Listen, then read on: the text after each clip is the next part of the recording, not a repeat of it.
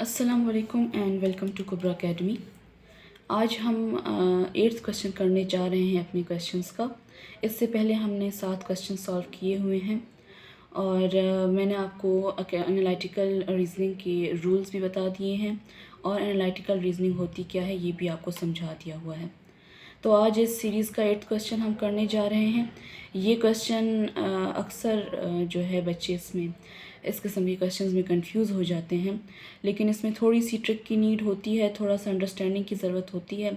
अगर वो बच्चे उस वक्त कॉन्शियसनेस में हों और क्वेश्चन सॉल्व करते वक्त उनको साइंस में इशू ना हो तो इंशाल्लाह ये क्वेश्चन से बहुत ही आसानी से सॉल्व हो जाएगा। तो ये वो क्वेश्चन है जिसमें थोड़ा बहुत प्रॉब्लम होती है, लेकिन मैं आपको एक बात यहाँ पे बता दूँगी, इंशाल्लाह फिर आपको इस क्वेश्चन को सॉल्व करने में प्रॉब्लम नहीं होगी। अब हम पढ़ते हैं अपना क्वेश्चन और इसे सॉल्व करते हैं। और यहाँ पे मैंने आपको सबसे पहले बताया था कि आपने फैक्टर्स को आइडेंटिफाई करना है और उसके बाद इनके बीच में रिलेशनशिप को फाइंड आउट करना है। तो हम क्वेश्चन पढ़ेंगे और अपने फैक्टर्स को आइडेंटिफाई करेंगे। तो क्वेश्चन पढ़ा जाता है और यहाँ पे कहते हैं कि read the information given below and answer the questions that follow. ठीक है, अब यहाँ पे क्वेश्चन नंबर 8 का जो फर्स्ट पॉइंट है वो है there is a group of 5 girls Sanam, Hadiya, Mahnoor, Rabia and Neelam. ठीक है, तो यहाँ पे ये 5 लड़कियाँ हैं जिनके बारे में इन्होंने जिक्र किया हुआ है। अब हम पढ़ते हैं इसका सेकंड पॉइंट, और सेकंड पॉइंट हमें कहता है कि Sanam is second in height but younger than Mahnoor.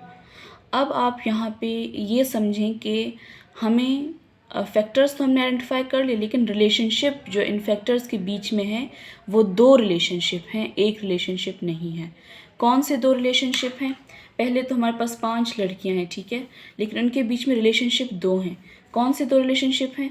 एक रिलेशनशिप है उनके बीच में हाइट का, कि हमने एक उनकी हाइट को फाइंड आउट करना है। दूसरा रिलेशनशिप उनके बीच में है एज का। तो हमें 2 रिलेशनशिप आइडेंटिफाई करने हैं।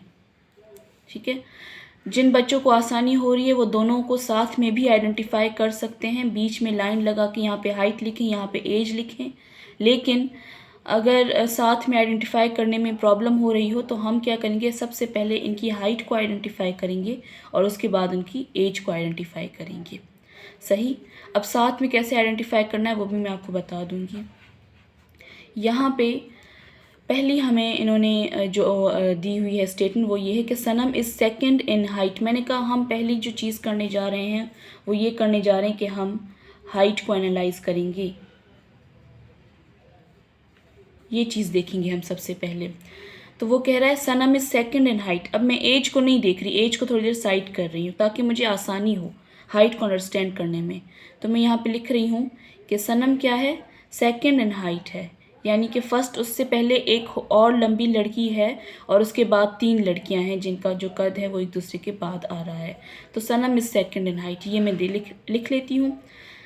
बट यंगर देन महनूर, अब ये जो है ना एज का क्वेश्चन है, तो एज के लिए मैं फ़िलहाल नहीं लिखूँगी ताकि मुझे कन्फ्यूजन ना हो या आपको कन्फ्यूजन ना हो। लेकिन जिन बच्चों को इस पे कमांड आ जाती है इस तरह के क्वेश्चंस पे, वो हाइट और एज को साथ साथ चला सकते हैं, इसको कंटिन्यू कर सकते हैं। अब इसका जो सेकंड पॉइंट है, जो थर्ड है, जिसमें बेसिकली सेकंड इन्फॉर्मेशन दी गई है वो ये है कि Hadiya is taller then Rabia. Hadiya क्या है, राबिया से लंबी है। तो मैं यहाँ पे इनके नेम के इनिशियल्स इस्तेमाल कर रही हूँ और ये बोल रहा है कि Hadiya is taller then Rabia. सही है। अब अक्सर बच्चे यहाँ पे कंफ्यूज होते हैं इस साइंस में। अब मैं आपको सिर्फ यहाँ पे एक ट्रिक बता रही हूँ। अगर आप ये वाली साइन यूज़ कर रहे हैं ना, ग्रेटर देन वाली, कि यहाँ पे आपने हादिया जो है उससे लंबी है राबिया से, तो आपने बाकी सारे फैक्टर्स को इसी साइन के हिसाब से अरेंज करना है। अगर आप कहीं भी, क्योंकि मैं इसको ऐसे भी तो लिख सकती थी ना, अगर मैं ऐसे लिख रही हूँ कि Hadiya is taller than Rabia, तो मैं ऐसे भी लिख सकती हूँ कि Rabia is shorter than Hadiya, ऐसे भी लिख सकती हूँ ना। ये भी लिख सकती हूँ और ये भी लिख सकती हूँ, लेकिन आपने इन दोनों में से कोई एक अरेंजमेंट को सिलेक्ट करना है। या तो आप इस अरेंजमेंट को सिलेक्ट करेंगे तो बाकी फैक्टर्स को भी इस अरेंजमेंट के हिसाब से करेंगे, या तो आप ये अरेंजमेंट सेलेक्ट करेंगे और बाकी फैक्टर्स को भी इसके हिसाब से अरेंज करेंगे। अब मैं इनके बीच में फ़िलहाल लाइन लगा रही हूँ ताकि कन्फ्यूजन आपको ना हो। मैं फ़िलहाल इसके हिसाब से क्वेश्चन को सॉल्व कर रही हूँ। क्या बोल रहा है कि Hadiya is taller than Rabia, तो मैंने यहाँ पे लिख लिया है कि हादिया जो है राबिया से टॉलर है। ये जो मछली का मुंह जिस तरफ बड़ा होता है तो यानी कि यहाँ पे जो भी फैक्टर होगा वो बिगर होगा, और यहाँ पे जहाँ पे मछली का मुंह बंद होता है वहाँ पे जो भी फैक्टर होगा वो स्मॉलर होगा। ये मैं आपको पिछली वीडियोज़ में भी बता चुकी हूँ। फिर आता है हमारा फोर्थ स्टेटमेंट, वो है Mahnoor and Rabia are of same age. अब ये एज की बात कर रहे हैं, हाइट की बात नहीं कर रहे। But Mahnoor is tallest among them, पर महनूर क्या है, इज़ टॉलेस्ट अमंग देम, यानी कि महनूर उन सब से लंबी है।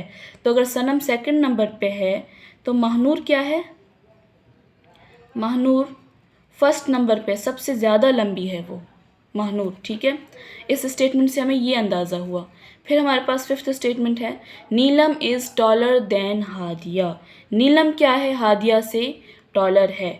तो अब आप देखो कि मैंने यहाँ पे ऑलरेडी हादिया को लिखा हुआ है, तो हादिया क्या होगी, नीलम से छोटी होगी। तो मैं दोबारा से इस निशान का इस्तेमाल करूँगी, और नीलम क्या है, वो हादिया से टॉलर है। ठीक है, नीलम हादिया से टॉलर है, तो मैंने ये जो छोटा साइड है वो हादिया की तरफ कर दिया, और नीलम को की तरफ जो है इस मछली के मुंह का बड़ा साइड कर दिया, क्योंकि नीलम क्या है, हादिया से टॉलर है। तो नीलम इस तरफ और हादिया इस तरफ। अब मैंने एक ही साइन का इस्तेमाल किया है। अगर मैं इस साइन के हिसाब से देखती कि नीलम इज़ टॉलर देन हादिया, तो मैं क्या करती कि हादिया को यहाँ पे फिर छोटा कर देती और नीलम को यहाँ पे बड़ा कर देती इस तरह से। तो आप देखो अरेंजमेंट्स में कितना डिफरेंस आ रहा है। ये अरेंजमेंट इसके हिसाब से कम्प्लीटली ऑपोजिट जा रही, तो आप या ये अरेंजमेंट सेलेक्ट करेंगे और या आप ये अरेंजमेंट सेलेक्ट करेंगे। आ गई यहाँ तक बात आपको समझ में? ठीक है, अब 3 लड़कियों को तो हमने लिख लिया। अब हमें पता चल रहा है यहाँ पे कि सनम जो है वो सेकंड नंबर पर है, यानी सनम इन सब से जो है इन तीनों के बाद सनम फोर्थ नंबर यानी कि सेकंड नंबर पे लंबी है। ठीक है, तो अब हमें अरेंजमेंट करना है कि इन सब से जो बड़ी है वो है सॉरी इस तरफ नहीं, आई एम सो सॉरी, सनम जो है इन सब से बड़ी है, इन सब से सेकंड नंबर पे। तो ये सब क्या हुए, सनम से छोटे हुए। तो इस तरफ में ये वाला साइन यूज़ कर रही हूँ और यहाँ पे सनम लिख रही हूँ।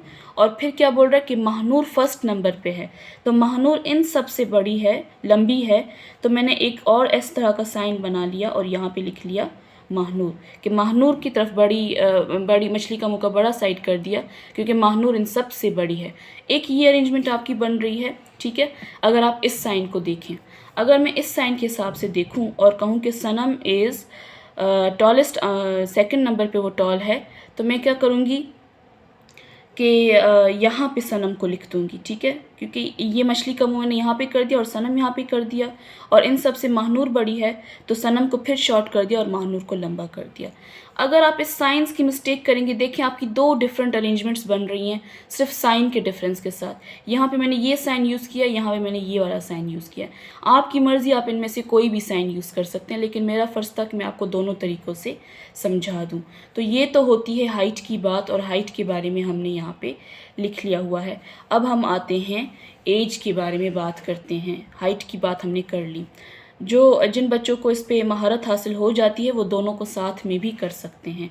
अब हाइट को मैं यहाँ पे हाइट को कवर कर देती हूँ ताकि आप कंफ्यूज ना हो। एज की बात करते हैं अब हम। ठीक है, तो अब दोबारा से हम स्टेटमेंट्स पढ़ेंगे। फर्स्ट स्टेटमेंट में तो यही बता रहा है कि there is a group of 5 girls, Sanam, Hadiya, Mahnoor, Rabia and Neelam. ठीक है, अब हम पढ़ते हैं second statement. Sanam is second in height. अब हमारा हाइट के साथ काम नहीं है, अब हमारा काम किस चीज़ के साथ है, एज के साथ। तो क्या हुआ, Sanam is second in height but younger than Mahnoor. तो सनम क्या है, महनूर से यंगर है। तो मैंने यहाँ पे सनम लिखा और सनम को यंगर कर दिया, ये सनम लिखा, सनम को यंगर कर दिया किससे, महनूर से। ये वाला साइन मैंने यूज़ किया, सनम को यंगर कर दिया महनूर से। महनूर की तरफ मैंने इसका बड़ा साइड कर दिया और सनम की तरफ छोटा साइड, क्योंकि सनम महनूर से यंगर है। ठीक है, पहली स्टेटमेंट हमारे पास थी ये। फिर दूसरी स्टेटमेंट हमारे पास क्या है, Hadia is taller than Rabia but younger in age. Hadia वहाँ पे टॉलर थी लेकिन राबिया से, दूसरी बात हमें यहाँ पे क्या पता चल रही है कि हादिया राबिया से छोटी है बट यंगर इन एज। तो मैं क्या करूँगी, एक और यहाँ पे अरेंजमेंट बनाऊँगी कि हादिया जो है वो राबिया से छोटी है, यानी कि राबिया बड़ी है और हादिया जो है वो उससे छोटी है। सेकंड स्टेटमेंट के हिसाब से हमें ये पता चल रहा है, ठीक है। फिर हम चलते हैं अपनी फोर्थ स्टेटमेंट की तरफ। वो क्या कह रहा है, वो कह रहा है Mahnoor and Rabia are of same age. बहुत इसने जो बात बताई ना इम्पोर्टेंट है, क्योंकि महानूर जहाँ पे भी होगी हम स्लैश लगा के वहाँ उसके साथ राबिया लिख देंगे, और राबिया जहाँ पे भी होगी हम स्लैश लगा के उसके साथ महानूर लिख देंगे, ठीक है। क्योंकि ये दोनों सेम एज के हैं तो हमें इन दोनों को एक साथ काटर करना है, हम इन दोनों को अलग नहीं करेंगे एज के हिसाब में, सही। Mahnoor and Rabia are of same age. फिर बट अमंग, ये जो है ना टॉलेस्ट है वो हाइट का था तो इसलिए हाइट का मैं यहाँ पे नहीं लिख रही। फिर हमारे पास फिफ्थ स्टेटमेंट क्या है, Neelam is taller than Hadiya and elder to Mahnoor.